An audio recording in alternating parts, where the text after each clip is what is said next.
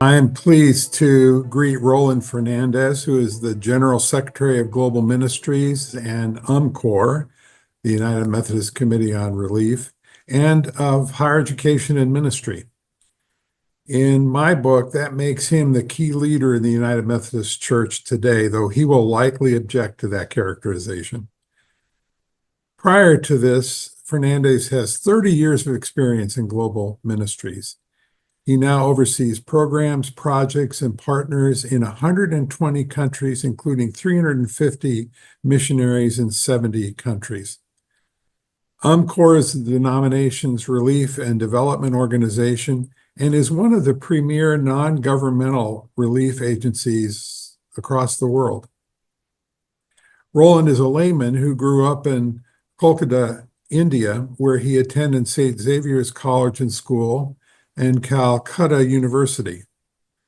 Roland and his wife, Liesl, are members of North Decatur United Methodist Church in Atlanta. I am grateful he has agreed to speak with me in this series of conversations about the impacts of the actions emanating from the White House, especially the Department of Government Efficiency.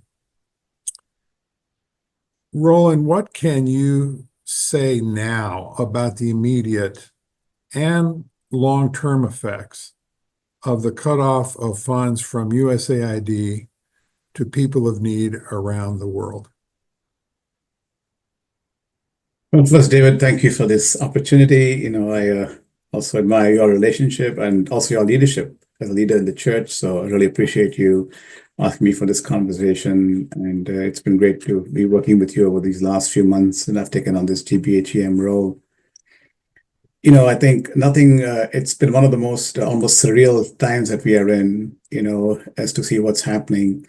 And in a strange way, a lot of what the US administration policies have been has impacted indirectly and directly the work that we do in the agencies you named between UMCOR, Global Ministries, and Education. And so, and I just think that the impact has, as we all know, has been really devastating, and I think it's doing some long-term damage, which will take a long time, if ever, to recover from. I think the global context is, of course, which first attracts me because of our global work for so many years, and I work in the area of health and humanitarian relief. And as you know, I think the 32.5 billion, what was the USAID budget last year, or international payments, and 90% of that being stopped is huge. It's significant. And I think,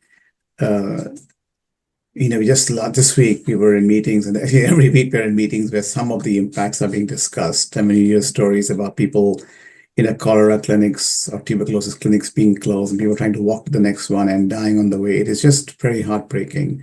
And so I think some of this impact has been with just small amounts, with significant impact no longer, and places which needed are not receiving it. I think the impact has been devastating, not just from looking at it from an American lens, or as the US's worldwide footprint, but also looking at it from just a human lens and the suffering that's been inflicted around this. And the sense is that even if some of these steps had to be taken, there were different ways of doing it. But just in my opinion, the heartless manner that has been done, and I would say even cruel manner that's being done, has just had immediate and devastating impacts around the world, which really, from just a very human and mostly from a Christian perspective, it's very heartbreaking. Yeah. You are part of the conversation in the international donor community, seeking to do relief and development. What is being said in that community about the actions of the United States?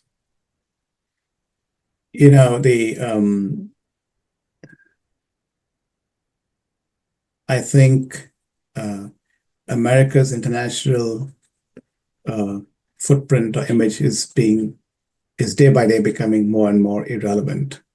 And that's that. I mean, that's my view of putting it a little bit more strongly, but that's just a general sense. I think one of the, a lot of ways that we can look at America's global influence on different levels and different sectors, but just on the humanitarian world, this was something which made a difference to people around the world. And I've traveled in many countries, seen USAID buildings and impact everywhere. I was in Africa University last month, and several of the buildings there were built with USAID funding, and Africa University is a thriving university today, and so it's just, so I think there's a sense of shock that this has all happened so quickly. And there's a sense of deep sadness because I think people have spent their lives creating to help people around the world is all been destroyed just overnight. And of course, there's a personal aspect to all of that too, which of course I don't need to go into here, but I just feel, so the sense of it is just a sense of deep loss. And now there are voices are emerging, like, what can we do to make sure that other things that we can do that can help mitigate some of this. Obviously governmental aid is so huge that the private sector, though not insignificant, will not be enough to cover all of that. But there are things that we can do, and let us see, that's where the conversation is heading to. What can we do? So, yeah. We'll turn to that in a moment, but I'm realizing I'm only a few blocks away from Sibley Hospital in Washington. And Sibley Hospital is where the Shriver family usually gets its medical care, because Sergeant Shriver's home was very nearby, as were some of the Kennedys. And I say that because my sense of the globe, really, of the map behind your head, came from the excitement, enthusiasm of the Peace Corps. And we'd hear about these wonderful things the U.S. was doing and all around the world. And we had friends who were joining the Peace Corps. And that was the beginning of my understanding of what the United States can do. But maybe that's coming to an end. Maybe that's no longer the case, and that was a shining moment in America's history. But if we take the longer view, the history of Methodism includes the creation of the Salvation Army, Goodwill Industries, hundreds of institutions of education, hospitals, and of course, a tremendous amount of missionary work on the part of Methodists and other denominations.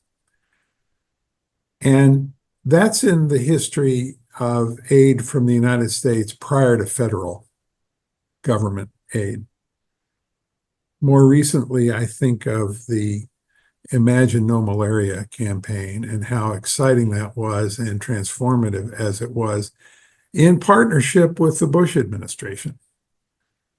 So we have been part of a marked decline in extreme poverty in the world in your and my lifetime. But now as we look forward, if the U.S. involvement continues on this path of withdrawal from the needs of the world, what can this denomination do? What can other denominations do to rise to meet the occasion? Is there one issue, one region? What is your current thinking about how to focus our energies? Yeah, no, thank you for that example. Yeah, I think the challenge that we have is there are so many things that have happened so fast. We're just 3 months into this administration, and we've had just a multiple level of decisions and challenges. And as the agencies that I work with, its impact on our health work, the humanitarian work, the migration work, the education work, and then the peace work. So there are 5 different areas. And so I try to get our board, which met a couple of weeks ago, to really focus around this, and I can come to some specific steps around, in a minute.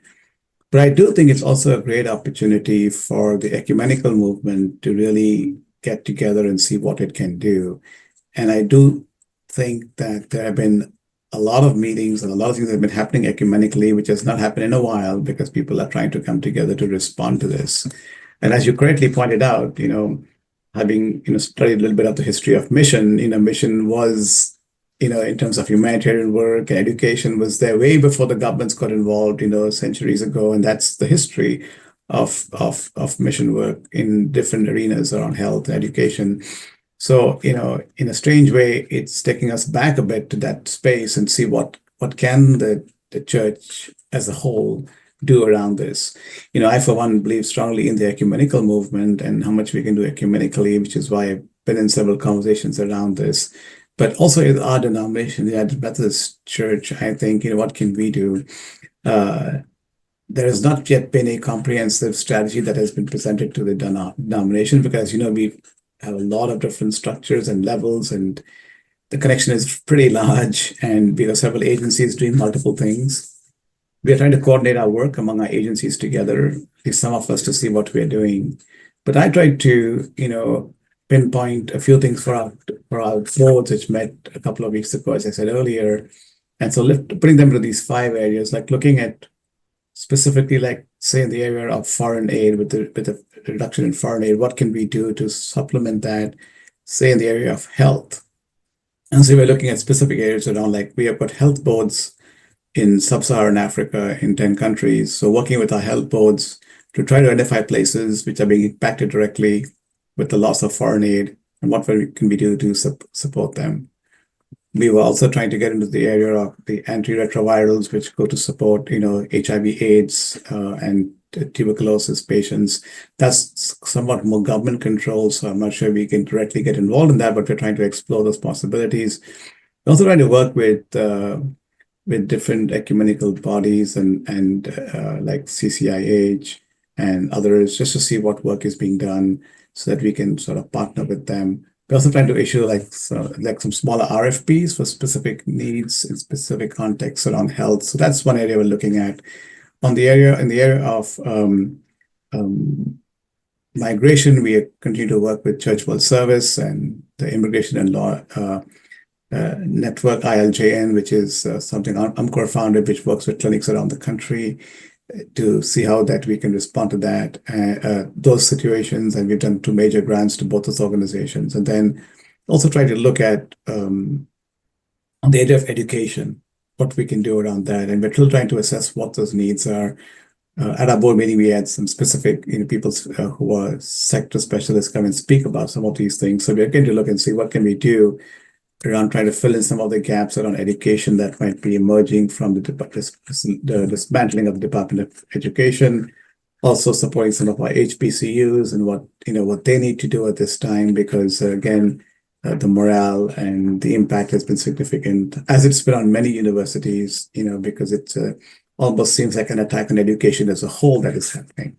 So, and also continuing to support initiatives around inclusivity in our academic institutions. And also, since both our agencies have a not insignificant scholarship program, to see how we can use our scholarships to fill in these gaps that have emerged from the withdrawal of support to some of these institutions. And the last area was the area around livelihoods. We have at Global Ministries a program called the Yambaso Initiative, which was helping our partners in Africa to use their lands to sort of working with them as they use the lands to develop sustainable streams of income. How can we increase that platform, and also look at a whole series of livelihood grants to help with nutrition and other areas, because there's a huge issue around nutrition as well, which has emerged because of the closing down of many of these places. I almost feel like there was no assessment done of what this impact would be at all, which is the reason why, the impact, I wonder if people really paid attention to the impact, would they have even gone down this road? But who knows, that's water under the bridge, I guess. And then finally, I think on the area of peace, because what's happening in Ukraine, the escalation, and then in the United States, clear bias in this whole issue. And what's really happening in Europe, the impact on Europe, with the militarization of Europe now, with all the military budgets going up because of the US pull out or siding with Russia, whatever you want to call it. So the whole global context, the political context is changing so quickly. And I was just talking to, colleagues in the British Methodist Church who were talking about funding increased budget for arms and military spending, and of course decline in aid. So again, that shift, again, the militarization of the globe, which is very unfortunate that and it's been triggered by the U.S. administration, which is just unfortunate. And of course, the continued situation in Gaza, which continues to get desperate with the no food flowing in and all that's happening, and so I just think so. We've lifted up several of these specific spaces and hope to even engage in some fundraising and resource development around it so that we can provide the church with an opportunity to respond to it.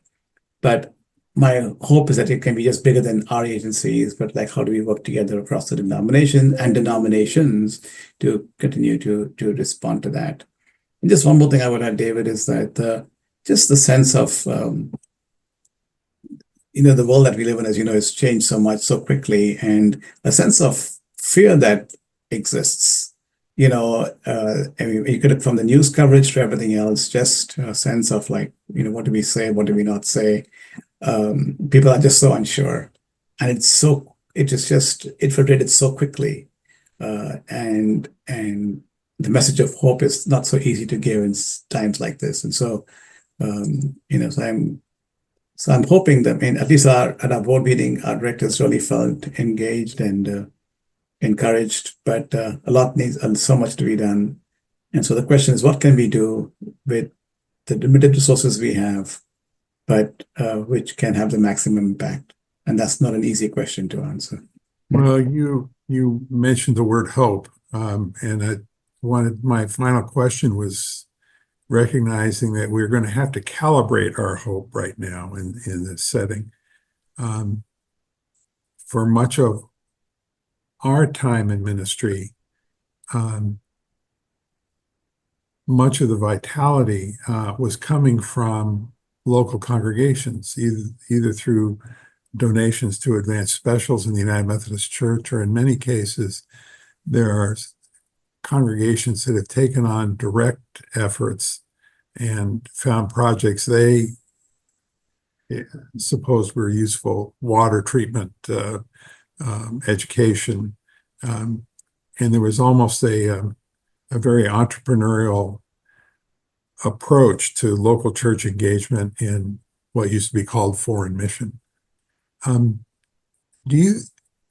What would you look for now as signs of hope at the grassroots level, from Christians in any denomination, from congregations? What would you hope will start to happen that will become perhaps a shift in tide in this whole area? Yeah, it's a great question. I think, of course, I think, as you look at our history, I mean, I think obviously, the long-term moral arc obviously bends towards justice, and that's our first hope. And of course, our hope is, in the faith we have, and I lifted up the words from Isaiah: hope is in the Lord to our board. We need to start with that. But I would also say, like, there have been so many calls that we have received in these last months from people saying, what can I do to help the situation?